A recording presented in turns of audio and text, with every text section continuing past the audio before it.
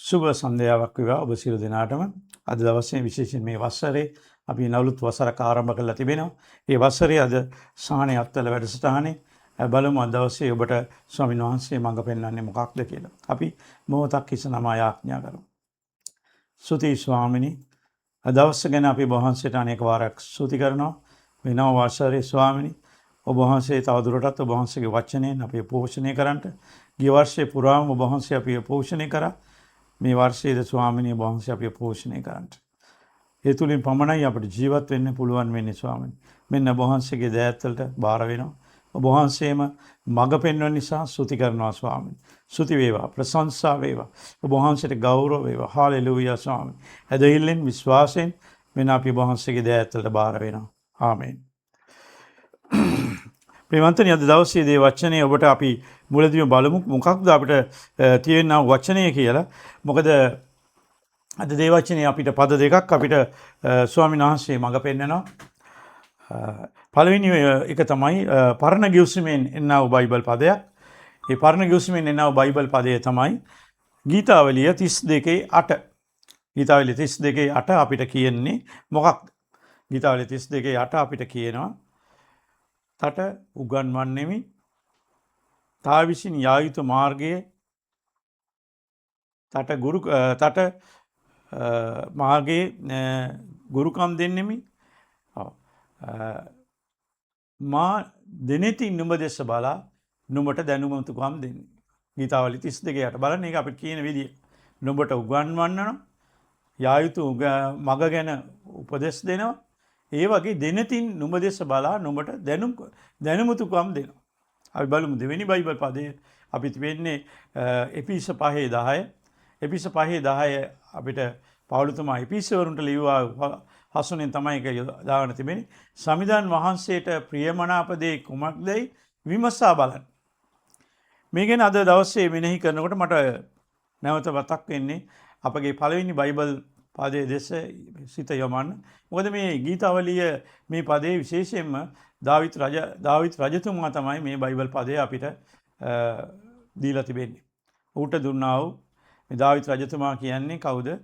දෙවියන් වහන්සේ සමග උන්වහන්සේගේ හිත අනුව ගමන් කරා වූ පුද්ගලෙක්. ඒ නිසා උන්වහන්සේගේ හිතන දේවල් සියල්ලම ඔහු දන්නවා.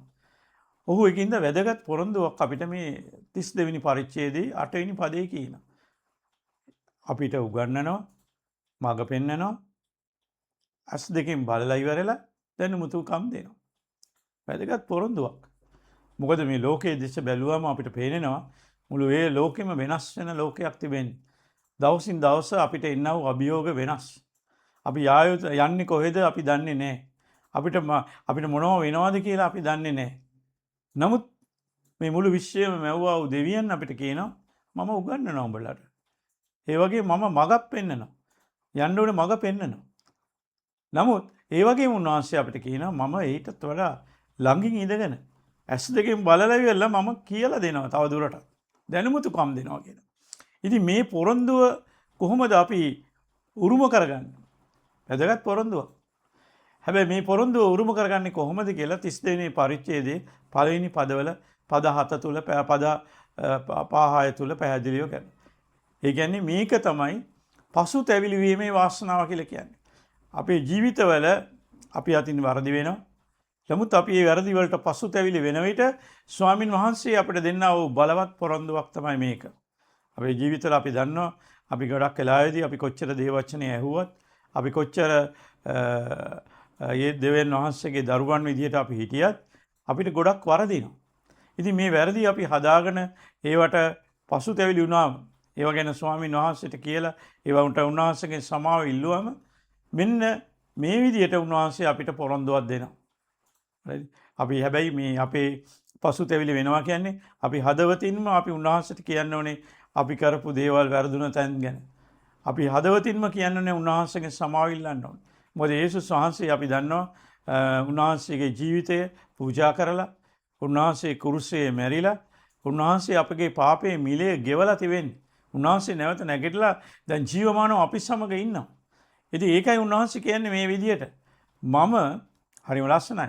ඒකින්ද මේකට මම හිතුවා අපි මාතෘකාව විදිහට ඒකයි අපි තියෙන්නේ පසුතැවිලි වීමේ වාසනාව කියලා. පසුතැවිලි වුණාම තමයි මේ වාසනාව අපිට උරුම කරගන්න පුළුවන් වෙන්නේ. මේ කරුණු තුනක් තිබෙනවා. එක කරුණක් තමයි අපි දන්නවා එක කරුණක් තමයි උන්වහන්සේ කියන උගන්වනවා. පැහැදිලිව උන්වහන්සේ කියන අපිට උගන්වනවා. මොකෙන්ද උන්වහන්සේ අපිට උගන්වන්නේ? උන්වහන්සේ අපිට උගන්වන්නේ උන්වහන්සේගේ සුද්ධාත්මානුභාවයෙන් ලිව්වා වූ මේ දේවචනය තුලින්. මේ දේවචනේ බැලුවොත් අපි තවත් විදිහට බැලුවම පවුලතුමා කියනවා තිමෝතිවරුන්ට එක වෙලාවකදී පවුලතුමා තිමෝතිවරුන්ට කියනවා මෙහෙමයි. තිමෝතිට කියන පවුලතුමා මේ විදිහට. මොකද උනා පවුලතුමා තිමෝතිට කියන්නේ මේ විදිහට කියනවා. මිනිසයා සම්පූර්ණ වූ සියලු යහපත් ක්‍රියාවලට සූදානම්ව සිටින පිණිස දේවාත්මානුභාවයෙන් දුන් මුළු ලියවිල්ල මොනවටද? ඉගැන්වීමටත්, තරවටු කිරීමටත්, හික්මවීමටත්, ධර්මිෂ්ඨකම ගැන ගුරුකම් දීමටත් ප්‍රයෝජනවත් වෙනවා. මේක මේ දේව වචනය සුද්ධාත්මානුභාවයෙන් දීලා තිබෙන්නේ. ඒක නිසා මේ දේව වචනය අපිට උගන්වනවා, අපිව හික්මවනවා, අපිට හරි යහතු දේවල් ගැන ඉගන්වනවා, අපිට තරවටු කරනවා, අපිට ධර්මිෂ්ඨ ගැන ගැම ගුරුකම් දෙනවා.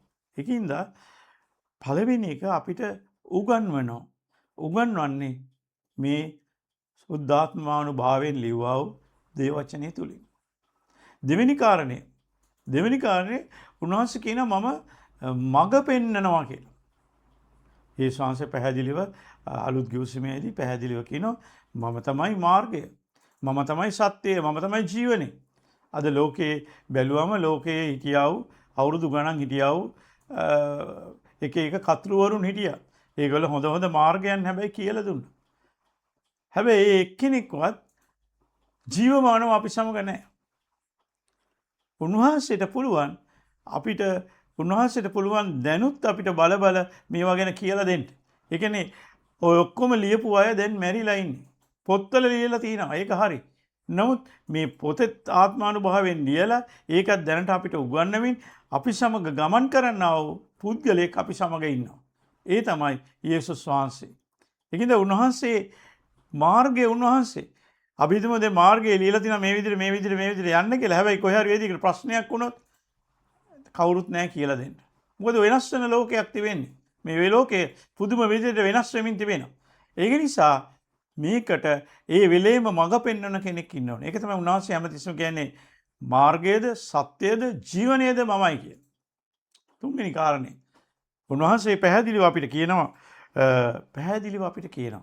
මොකද්ද කියන්නේ? මම මගේ ඇස් දෙකෙන් බලලා නුඹලට දැනුමුතුකම් දෙනවා කියලා. මේ ඇස් දෙකෙන් බලනවා කියන්නේ මේ ළඟ ඉඳගෙන කියලා දෙනවා. ඒ කියන්නේ ඉස්සට වඩා බොහොම ළඟ සම්බන්ධතාවයක්. දුර මේක පොතකින් බලලා ඉගෙන ගන්නව නෙමෙයි. නැත්තම් මොන හරි තැනකින් රූපවාහිනියෙන් බලලා හරි මොකක් හරි එකකින් දුර ඉඳන් තැනකින් උගන්වනව නෙමෙයි. මේක මේ ළඟ ඉඳන් මගේ ඇස් දෙකෙන් බලාගෙන ඉන්නලා මම ඔයාට කියලා දෙනවා. මේක හරිම වැදගත්. අපි බැලුවොත් මෙහෙම අපි හිතමු අපි කේක් හදන එක ගැන ඉගෙන ගන්න යනවා. අපිට මේ කේක් හදන එක ගැන ඉගෙන ගන්න අපිට ඕනම් පුළුවන් මෙනු එක අරගන්නවා පොතකින්. ඒක බලාගෙන ඒකේ කියලා තියෙන විදිහට කේක් එක හදන්න. මෙච්චර මේවා මේ පිටි මෙච්චරක් දාන්න, මේවා මෙච්චරක් දාන්න කියලා ඒ අවශ්‍ය දේවල් ටික ලිස්ට් එක තියෙනවා. ඒ ලිස්ට් එක අරගෙන ඊට පස්සේ කියනවා මේ විදිහට කලවම් කරන්න. ඊට පස්සේ මෙන්න මේවා දාලා ඉවරලා දැන් මේ පොරණුවේ තියන්න. එන්න එතන කේක් එක හැදෙනවා. මේක එක ක්‍රමයක්. නමුත් සමහරක් වෙලාවට ඒ පොතේ ලියලා තියෙන විදිහට කරත් සමහර ඒවල අඩුපාඩු ඇති වෙලා අපිට හරියට ඒ කේක් එක හරියට එන්නේ නැහැ. ඊටට තවත් ටිකක් වෙනස් විදිහකට තිබෙනවා. ඒ තමයි අපිට පුළුවන් එක්කෙනෙකුට රූපවාහිනිය කියලා දෙන මෙන්න කේක් හදන විදිය කියලා. මේ විදිහට දැන් ඔයගොල්ලෝ ගන්න භාජනේ දැන් මේ විදිහට කරන්න, මේ විදිහට පිටි දාන්න කියලා එයාට කියලා දෙන්න පුළුවන් දුර ඉඳගෙන. අර කර්මයට වඩා ටිකක් ඒක ඊට වඩා ටිකක් හොඳයි. නමුත් ඉස්සරහා හොඳම ක්‍රමය මොකද්ද? එයා ළඟ ඉඳගෙන අපි දිහා බලාගෙන අපි කරන වැඩ බලාගෙන අපිට කියනවා දැන් ඔන්න දාන්න, දැන් මෙන්න මෙහෙම කරන්න, දැන් ඔන්න බිත්තර මේ විදිහට මේව කරන්න, දැන් එතකොට දැන් හරි දැන් මේ විදිහට හොඳට අනන්න, දැන් ඔන්න දැන් පොරණුවට දාන්න, දැන් හරි වෙලාව දැන් ගන්න. එහෙම කියලා මේක ළඟ ඉඳලම කියලා දෙනවා. එතකොට අර පළවෙනි අවස්ථාවට වඩා ගොඩාක් හොඳ අවස්ථාවක්. දෙවෙනි අවස්ථාවටත් වඩා දෙවෙනි අවස්ථාව ඊට වඩා ටිකක් හොඳයි. නමුත් ඊටත් වඩා හොඳ අවස්ථාව තමයි මේක.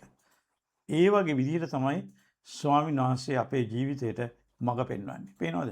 උන්වහන්සේ කියනවා මම මගේ ඇස් දෙකෙන් ඇස් නුඹලා වෙත යොමු කරලා ඇස් නුඹලා වෙත යොමු කරලා මම නුඹලට ගුරුකම් දෙනවා නැත්නම් දැනුමුතුකම් දෙනවා කියලා.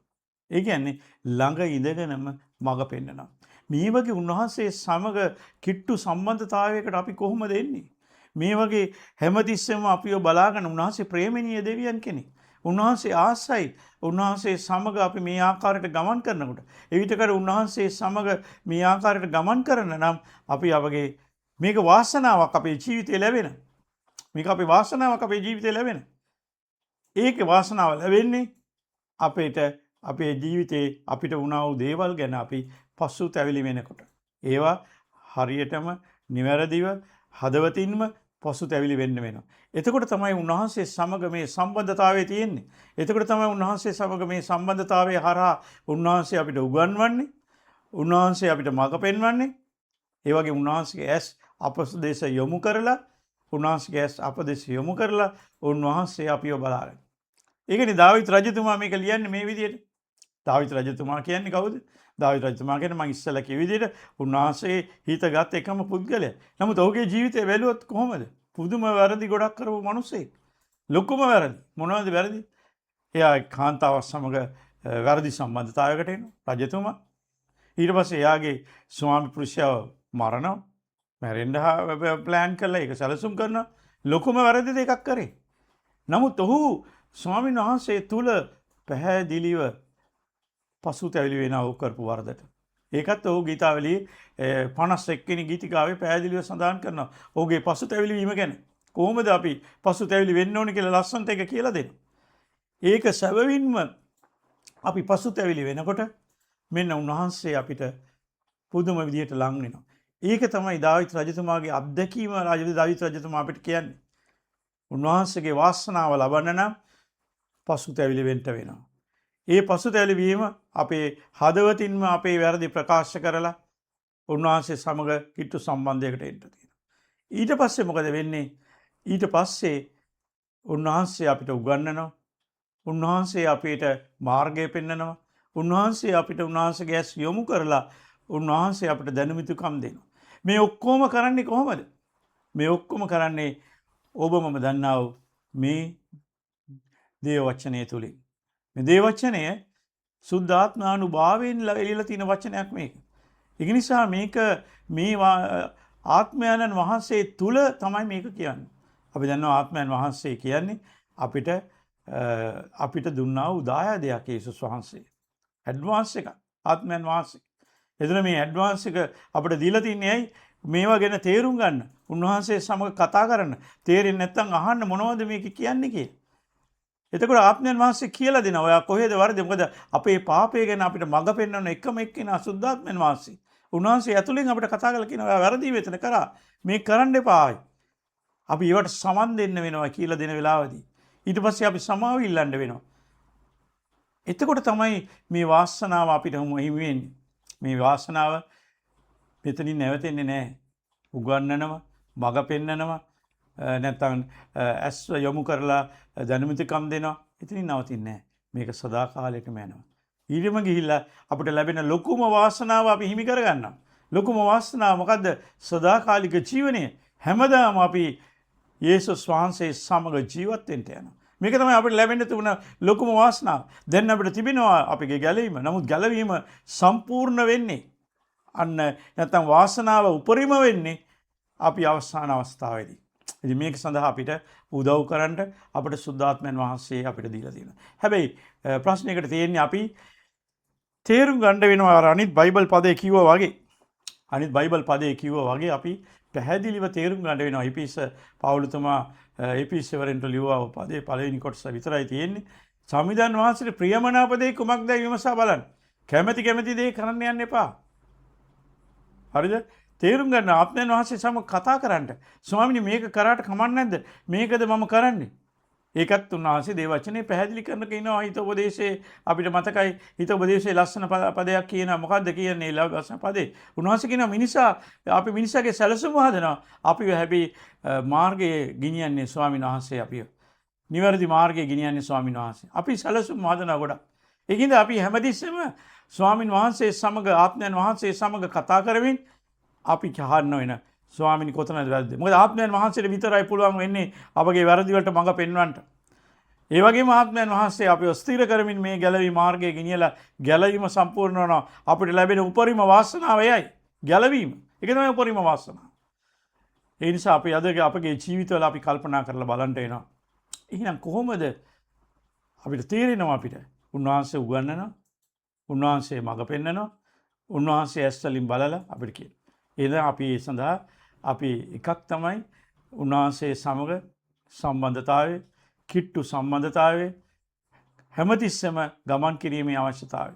එහෙම කරන්න පළවෙනි කරුණ එක අපි පසුතැවිලි වෙන්න අවශ්‍යයි. පසුතැවිලි වෙන්න අවශ්‍යයි. දෙවෙනි කාරණය මොකද්ද?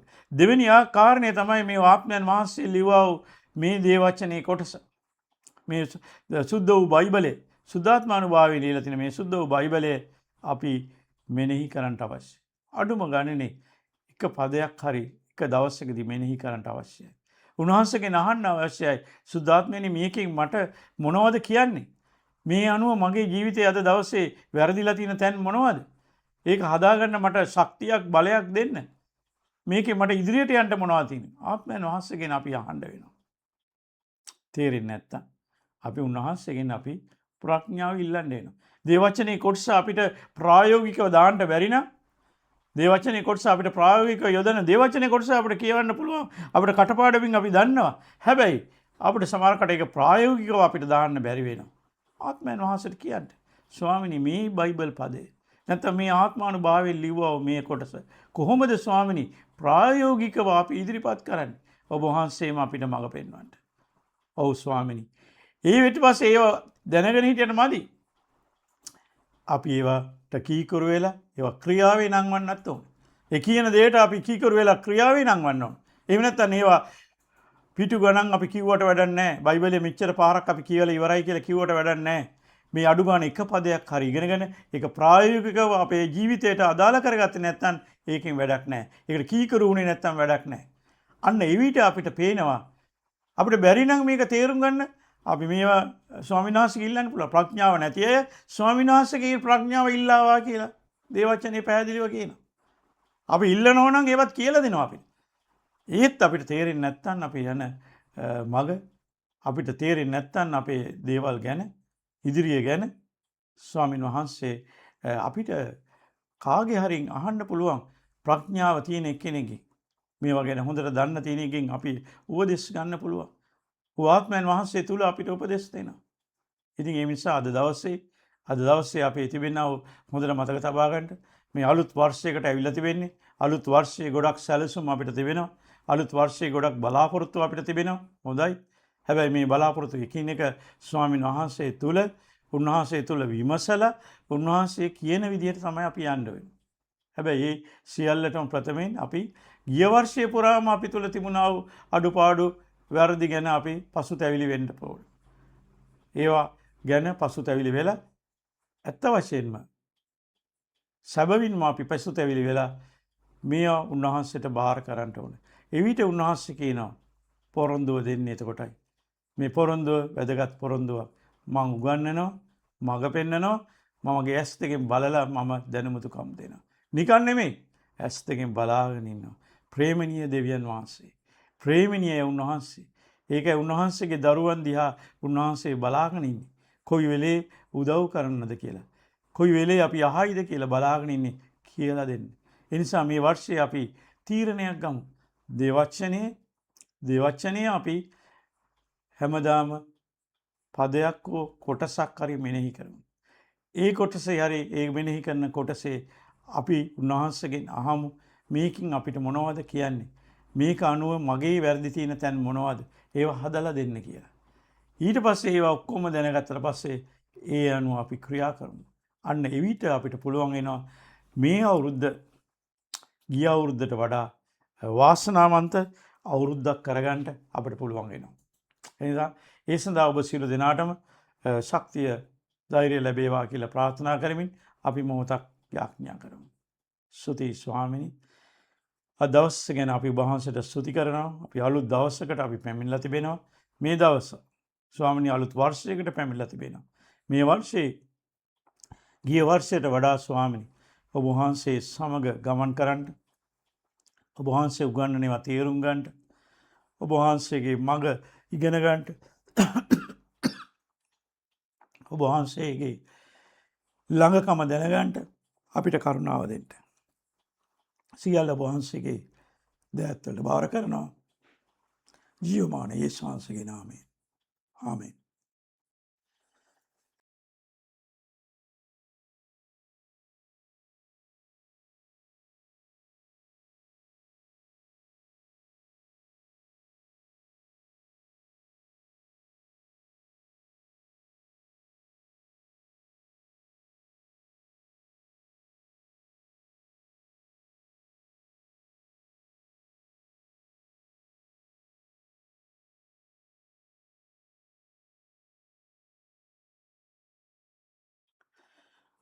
ඔබ සියලු දෙනාටම සුබ රාත්‍රියක්. ඔබ සියලු දෙනාට ජේසුස් පිටයි.